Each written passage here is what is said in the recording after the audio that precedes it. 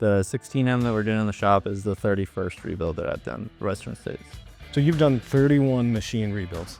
I'm Tyler Simmons. Welcome to In the Yard, a Western States podcast. From employees with decades of experience to customers working hard in the field. Join me for conversations with some of our industry's best and brightest to hear their stories in the heavy equipment world. Episodes will drop bi-weekly, so see you in the yard. What's your name? What's your current job role here at Western States?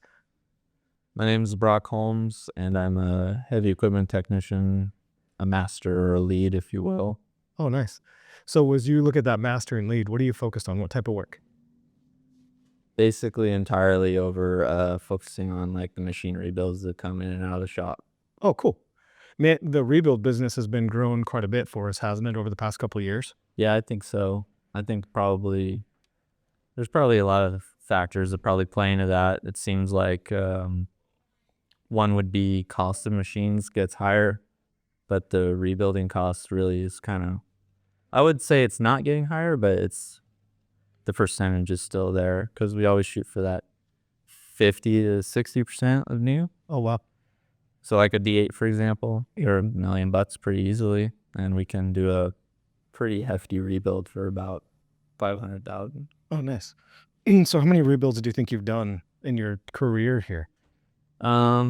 I know that off the top of my head. The 16M that we're doing in the shop is the 31st rebuild that I've done for Western States.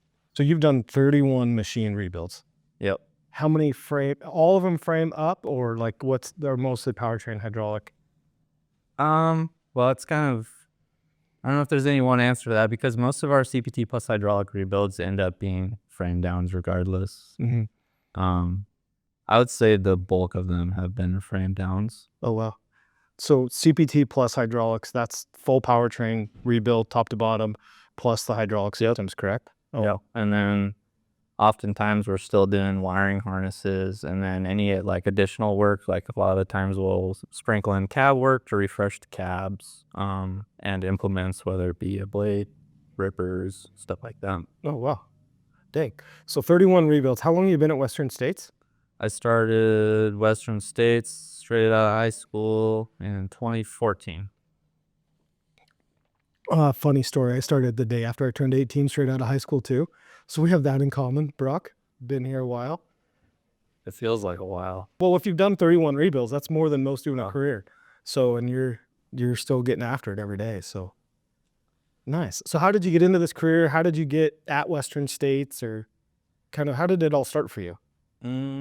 Well, my dad's obviously got a pretty heavy Caterpillar background. When I was born, my dad was a cat mechanic for like Cashman before they were Empire, obviously. And then we actually ended up moving, or he changed employers and started working for Newmont Gold. And then we ended up moving down to South America, where he was pretty heavily involved with like 992Gs and D10Rs because he did a lot of field follow work on those down there. So we've kind of always been around yellow iron, I guess, in some way, shape, or form. Oh, that's cool. So what's your first memory of yellow iron or your dad working for Cashman?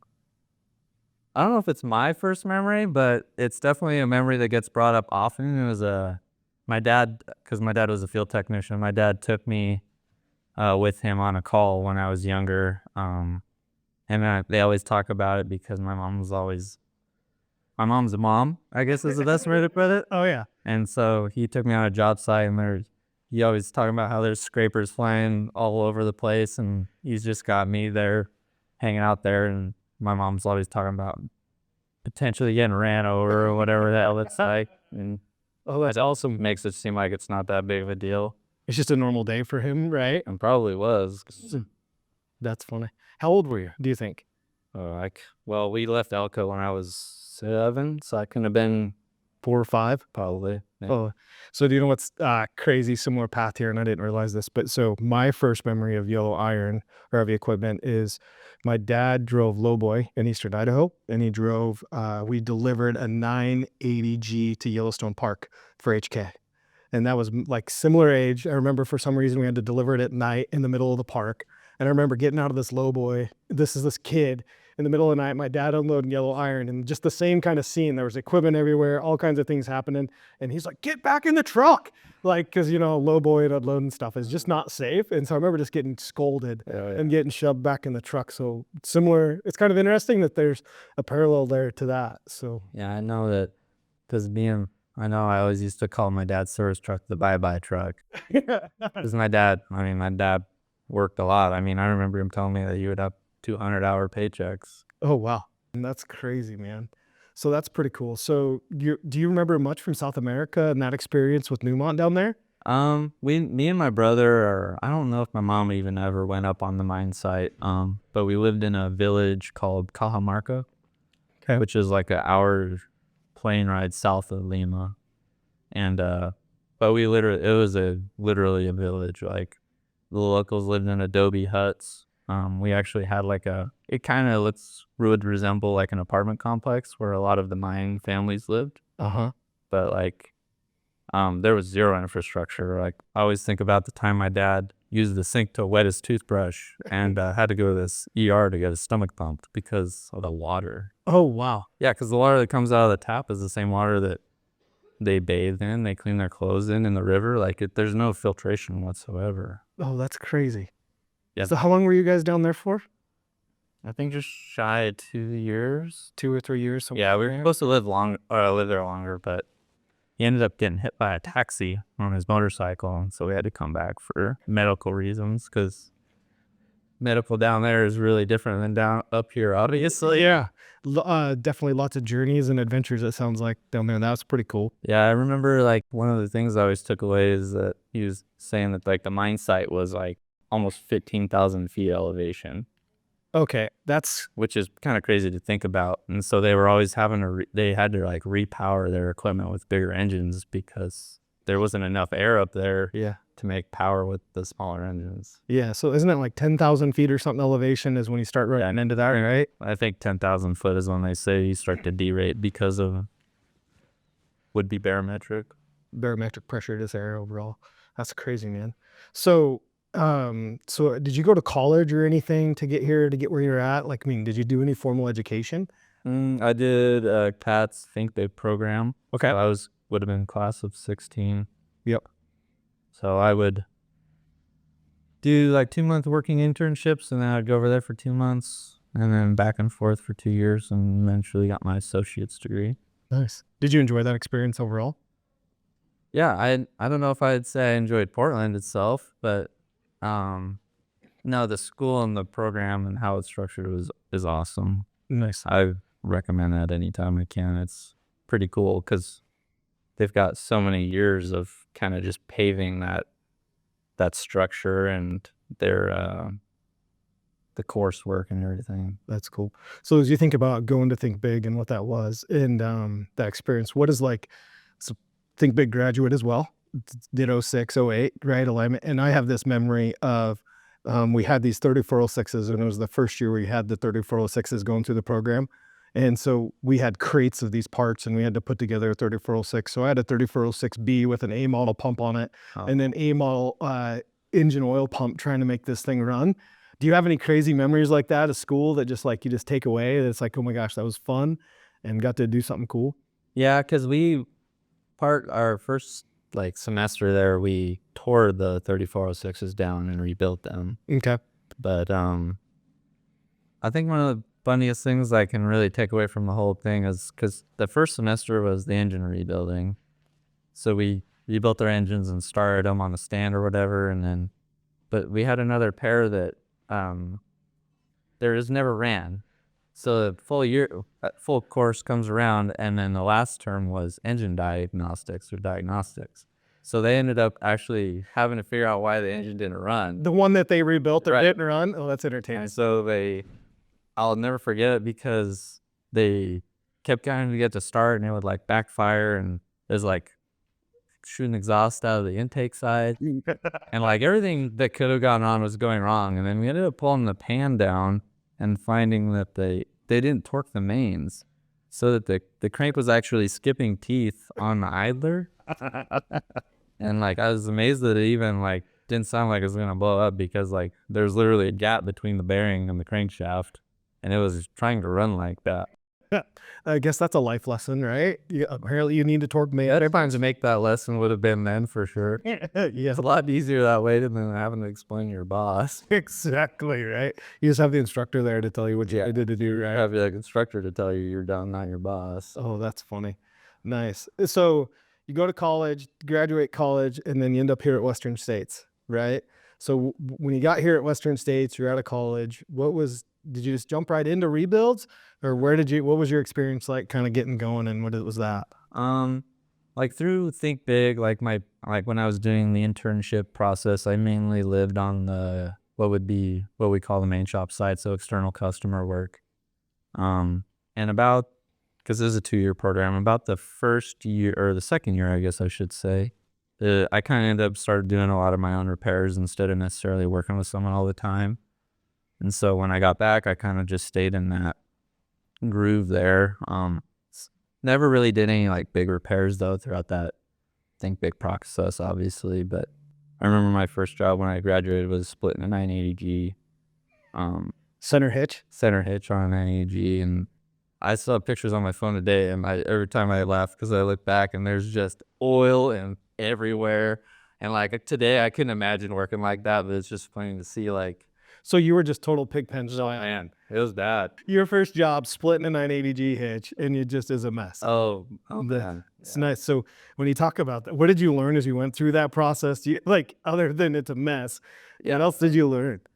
That I think and I still use it today even, is like faster isn't always actually faster. Like when you start factoring in the amount of time it takes to clean up and do this and that, like if you just slow down a bit and like methodically work through something, oftentimes you end up getting it done faster regardless. Straight up. It's just one of those things where it's like, if you have a go-getter attitude, like that's great, but it eventually catches up to you when you realize that you have 2 hours to clean up it. Cleaning the bay for 2 hours, right? And it's not like the shop back there isn't nice and clean or anything, and white floor. Yeah, exactly. That was the worst part too, is I was working on the nice side of the shop, so it made it look even worse. That's funny. That's too funny. So as you've kind of like looked at your education, your career, has everything always just been easy for you? Or has there been challenges, and like, what does that look like? Have you just had to work through those?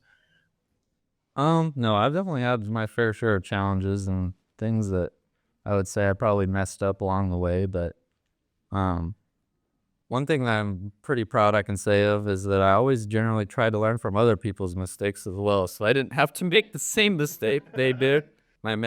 Who I consider my mentor, I guess, his name was Ethan. He was also a ThinkBIG grad, and that was one thing I got a pretty good kick out of working with him, is because he'd mess something up and he'd be like, yeah, don't ever do that. Learn from my mistakes so you don't have to make the same ones. But no, I mean, it's not a career path that I would think is ever turnkey. Like, I feel like it's one of those things where you're going to get out of it what you put into it. I don't think that any part of the job is ever going to come easy to somebody. I think it's something that you get truly just through experience and working hard and spending the time, the dedication, and learn from that, I guess. Because you could work 8 hours a day and, do the bare minimum and you'll skate by, I'm sure. But Yeah. you work a 12-hour day and you got another half day's worth of experience right there in the same day. Yep. That's why I always pencil it out as. I mean, I don't necessarily know if that's the right way of looking at it, but I've probably worked another 4 years on top of the actual years that I've worked here. Just with the overtime and overtime. That's funny. So when you say, you get out of it, what you put into it, you kind of started talking about that a little bit, but where did you get that mindset or that thought process? Where'd that come from? I'd probably have to, I think I would be doing a disservice to my parents if I said it wasn't because of how I was raised. Okay. Because like I mentioned earlier, I mean, my dad would work 200 hours in a paycheck to provide for his family and whatnot. And Yep. I think if you're not willing to take away stuff like that your parents give to you, then I think you'd probably be making a pretty big mistake. Yeah. So you're basically second generation Caterpillar technician, cat technician, one way or another in the world. That's pretty cool, man. Yeah, I mean, that's another one of those things where, I mean, that's been another big reason why I feel like I've been pretty successful, is because my dad was a field technician and I'm a shop technician. I think they're very different jobs. Okay. But there's always something to take away. I mean, he's got 25, 30 years, however many years of experience it is. Like, there's always something to take away from that. And I'm sure he, like I do, and he does, I'm sure we're always learning something new every day. Yeah. So that's pretty cool. So you said a little bit there, there's a difference between a shop and a field technician. So what do you mean by that, and kind of what does that mean? I feel like just kind of like, and I think maybe more so like how our shop is structured per se, or like a bigger shop. We've got guys that are in niche areas, right? And they kind of specialize. So like, you're not gonna have a field guy go out, pull an engine, and then rebuild it right there in the dirt and put it back in. Like, it just doesn't make sense for a multitude of reasons. We're not setting the customer up for success. We're not setting ourselves up for success. So, in my opinion, like, I think they're different jobs because the scopes of work is very different. Field mechanics are going out, troubleshooting a complaint, seeing what they can do to get the machine back up and going. Whereas a lot of the shop work tends to seem to be like bigger type jobs, like over long-term periods of time, or bigger machines. Like, I mean, obviously you can truck a skid steer and that's not a big deal, but You're not moving the D10 in tomorrow just for I wish we did. they're a little bit easier in a skid steer, right? Yeah, a guy my size, you can just crawl in there and put the floor plate over the top of your head and go to town. Get You don't get that luxury on a D6. You're standing on your head. Yep, definitely, for sure. So you've kind of picked the path of the shop tech kind of a deal, right? Yeah, The path you've kind of picked. yeah, just because I generally like that type of work. I like what I know. I like knowing what I'm doing for 3 months at a time, or the engine or component rebuilding in general. I like doing a lot of that component rebuilding as well. I like rebuilding engines, transmissions. Okay. Like the last D8 that I did, since our component guys are busy, I actually rebuilt the engine, transmission, and torque converter as well, instead of it going down to those guys and then rebuilding it. Oh, cool. Just because if I can find the time to do it, I'd rather do it myself, because it's a nice change of pace, I guess. Good. And you enjoy it and it's Yeah. fun. That's pretty cool. So we've been talking a lot about Western states and work and stuff like that, but what do you do outside of work for fun? Like what's Brock outside of Western states? Lots of relaxing, Okay. catching back up on sleep. But I like one of my bigger things is I like hot rodding. I have a pickup that me and my buddy have built together, and like to go out racing and whatnot. That's probably one of my bigger hobbies. Okay. And what do you mean built? Like, is it just like you guys did a couple things to it here and there and you're out doing it, or did you go all in? I have a pitiful amount of time invested into a 1988 Ford Ranger. Like how much time are we talking? Like 5 careers worth? Bare frame, and like fabricated and painted it. Everything has pretty much been, every nut, bolt, and washer has pretty much been touched at this point. Oh, wow. And it's obviously, not stock in many ways. It's just not just restored perfectly back to factory quality. That would have been better if it was. It was a lot cheaper anyways. That's There you for go. sure. So is that your 401k then that's in the Ranger? Is that kind of the plan of envisioning the right thing? I mean, yeah, but it's never going to really, that investment's never going to pay off. That's one of those investments that doesn't come back around. It's all smiles though, Yeah. right? There You you get go. paid, you're paid in smiles on that deal. There you go. That's kind of cool. So is it drag race set up, or what's it? It's okay. Yeah, so like this last year I did it's an event that's kind of gotten way more popular, but they're like a drag and drive event. Okay. So you start at you can truck and trailer over there, obviously, because it started in Medford, Oregon. And then from there, from that track, you have to drive your vehicle that you're racing in the loop or the path that they've designated to go to all the other drag strips. Oh, So you have to race at each track and make the drive, otherwise you're disqualified. Oh, wow. And so me and my buddy did this last year in my pickup. Okay. And it was about 1,000-mile loop. Oh my goodness. So you've got this drag truck you set up. You got to drive 1,000-mile loop, and then I'm assuming race at each one of those. You have to. You have to race, otherwise you're disqualified. Disqualified. You have to be able to turn in a slip. Okay. And so then I'm sure nothing broke down.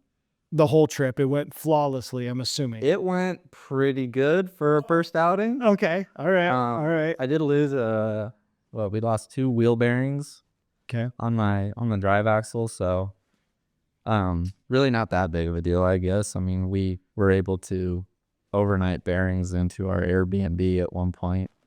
To scoot back a little bit, I found out I had a broken wheel bearing, and I packed it back together and slammed it back together, and then I went and raced the truck, and then drove it back around, and we tore it apart with bearings that my buddy, the first set of bearings that he got, he drove 4 hours over to some town. Was it Redmond? I can't remember. It was 4 hours away from where we were. He rented a car because you can't drive. Like, there's rules of these. So he rented a car, drove 4 hours one way and then back, so that we changed the bearing with a couple of pipes and a big hammer we found laying around, and then drove through the night to make it to the next. So sounds like field guy status. So you went. I felt like field guy then. I went to field guy. We got to figure this out Yeah. and get it done right now. Yeah, I felt like a real mechanic that day. That's funny. So there's some similarities. Like, you've rebuilt this truck top to bottom. You rebuild machines all day long. You must really just I can't leave things alone. You can't just leave it alone, can you? Yeah. No, he's That's the problem, is like I kind of, yeah, I mean, that's the truth. Like, my truck or like a piece of equipment I'm working on, like, if I get that far into it, it's tough for me to be like, oh, well, we're here. Like, you're going to do it because you're already there, and like, you want to make sure that it's right and it doesn't cause you problems, because I don't want to skip over something on someone's piece of equipment and then it end up being a problem down the road. Yeah. Especially when you got like a full machine rebuild and it's like a wiring harness or something like Yeah, if the customer's paying, whether it be $300,000, $800,000 for us to rebuild it, it's gonna leave perfect. perfect, ready to rock, so they can go make money with it. Oh, that's pretty cool, man. So as you look at it, so the other thing I got a question for you on here is the age old, which tool is the best tool, right? Because as a technician, right, like, as you know, you can have the Snap-on tools, you can have the Matco or Mac or whatever it is, right? So what tool guy are you? Where do you land in that? Or are you the Harbor Freight guy? You kind of strike me more as a Harbor Freight kind of guy. That's the meanest thing you ever said to me. I'm still pretty diehard Snap-on, but I think there's a time and place for everything. I think each of the brands make a tool that the other one doesn't, that's probably better in some way, shape, or form. Okay.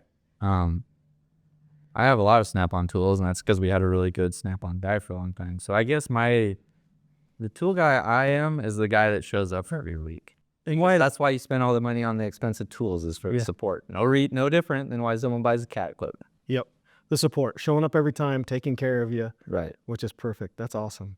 So as a technician, and one of the things that's interesting, you've had to buy all your own tools, right? Other than the set-throughs that I got through ThinkBIG, because I got a grade GPA that was above having to pay for my tool set. So I did get my original tool set paid for technically. And that was through Western States that's provided that? Yeah. Oh, that's pretty cool. That's an awesome incentive to get good grades and get your tooling started, right? Yeah, and goes you a lot of money. Yeah, straight up. So as you know, tooling and buying the tools that you need, what's been your thought process behind that? Like, there's a little strategy, right? Because as a technician, you can go buy all the tools, and then you got so many tools and so much money in tools, right? So what's been kind of your strategy for growing your tools and the things you need for the trade? Definitely paid a lot of attention to like some of the tools that, like, again, my mentor, at this point, he had been doing it for X amount of years, and if I didn't have that, I'd go over and need it.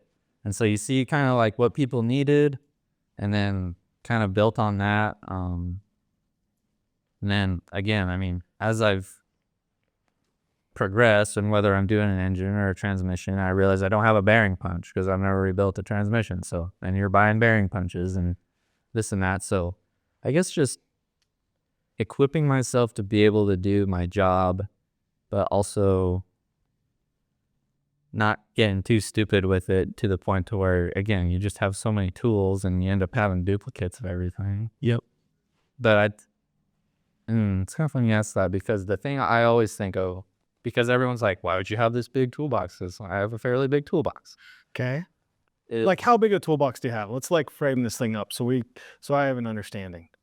Well, it's a Snap-on Epic, and then it's got two basically end cabs. So So you could it's like 12 foot long. So you could sleep in this thing if you had to. I certainly would. Okay. All right. Good to We're know. not there in my life yet, but I certainly could. If it went bad, you could sleep there. All right. We've always got a backup plan. All right. Perfect. But my biggest thing on tools, because like some of the guys will ask me, and if you're not willing to invest in yourself, why should anybody else?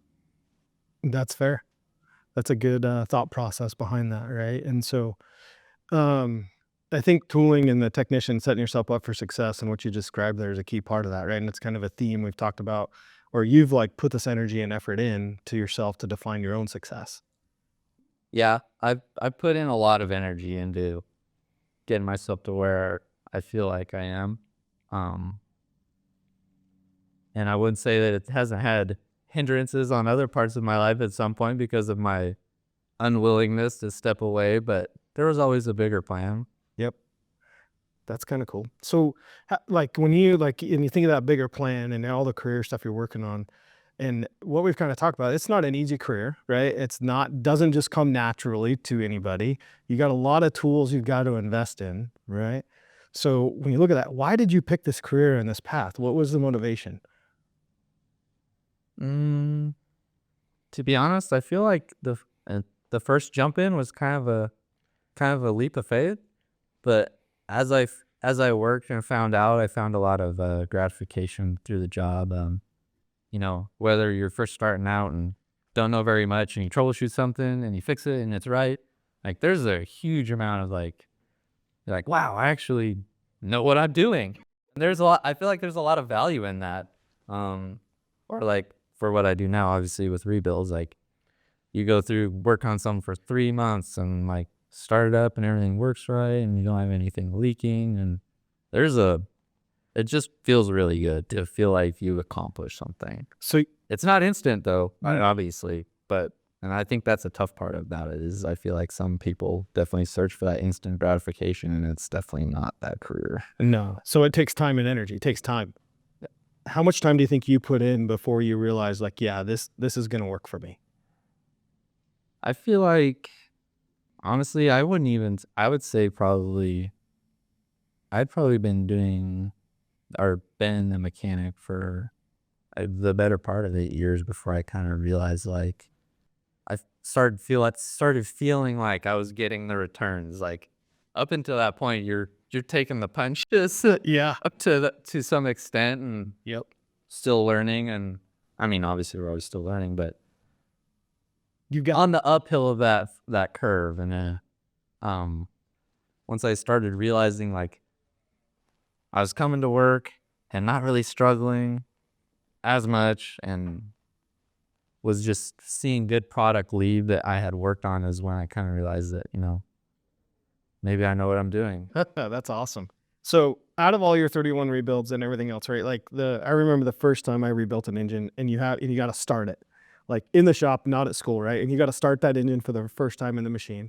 And I remember this very distinct like anxiety feeling because you're like, oh my gosh, I just spent all this money, spent all the customers' money, and I'm about ready to start this thing. And my reputation in the next 30 seconds is going to be good or bad, Yeah. right? Do you still get that same like, you know what I'm talking about? Oh yeah, I definitely.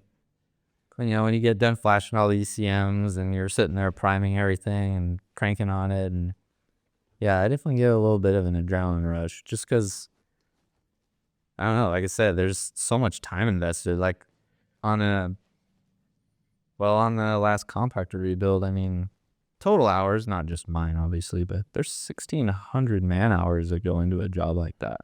So, I mean, there's a ton of time, whether it just be mine, everybody else's. There's a lot of sweat equity in that, and don't want to see anybody or us fail, because that's why people bring it to us. Yep. People bring it because we do it because you do it We're my way. professionals. Yep. So when you think about that, like we're the professionals, right? So like we're Western States Cat, you know what I mean? And we're the premier Caterpillar dealer for our territory, right? And as you look at that, is there some pride in that? And like you are the guy and we are the team? Yeah, absolutely. I mean, I remember, because that's what I'm gonna circle back to, like my dad. I remember my dad telling me, you know, it was the thing to be the cat guy. You know, if everybody wanted to be a cat guy.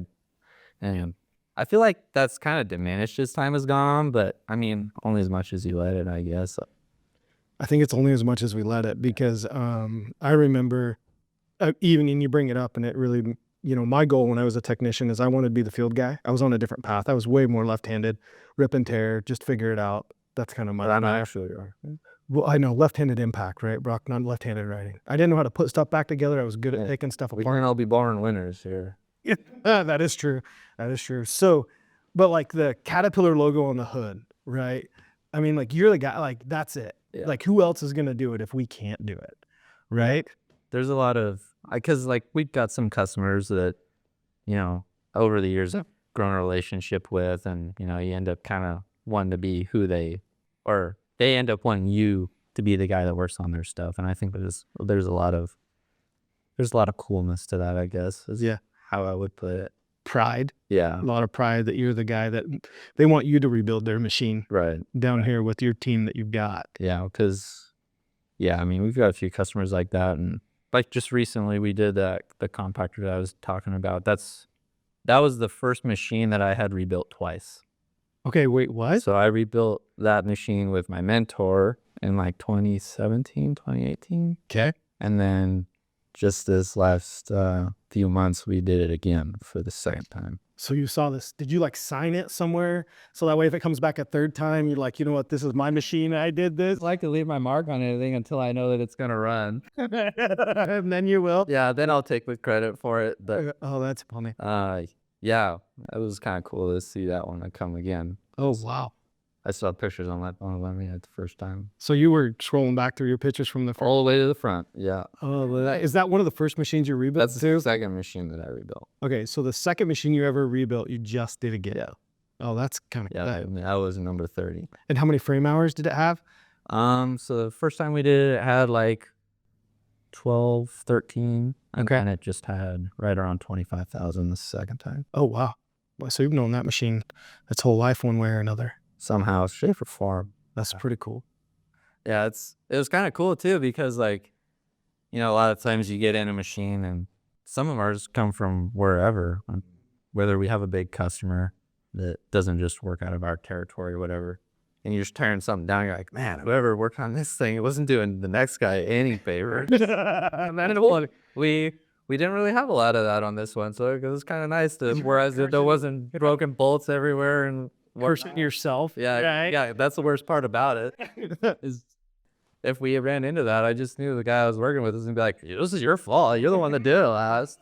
You're gonna take everything. Yeah, No matter what it was, exactly. it was gonna be your issue. It was just fine though, wasn't it? It ended up being just fine. And there you go.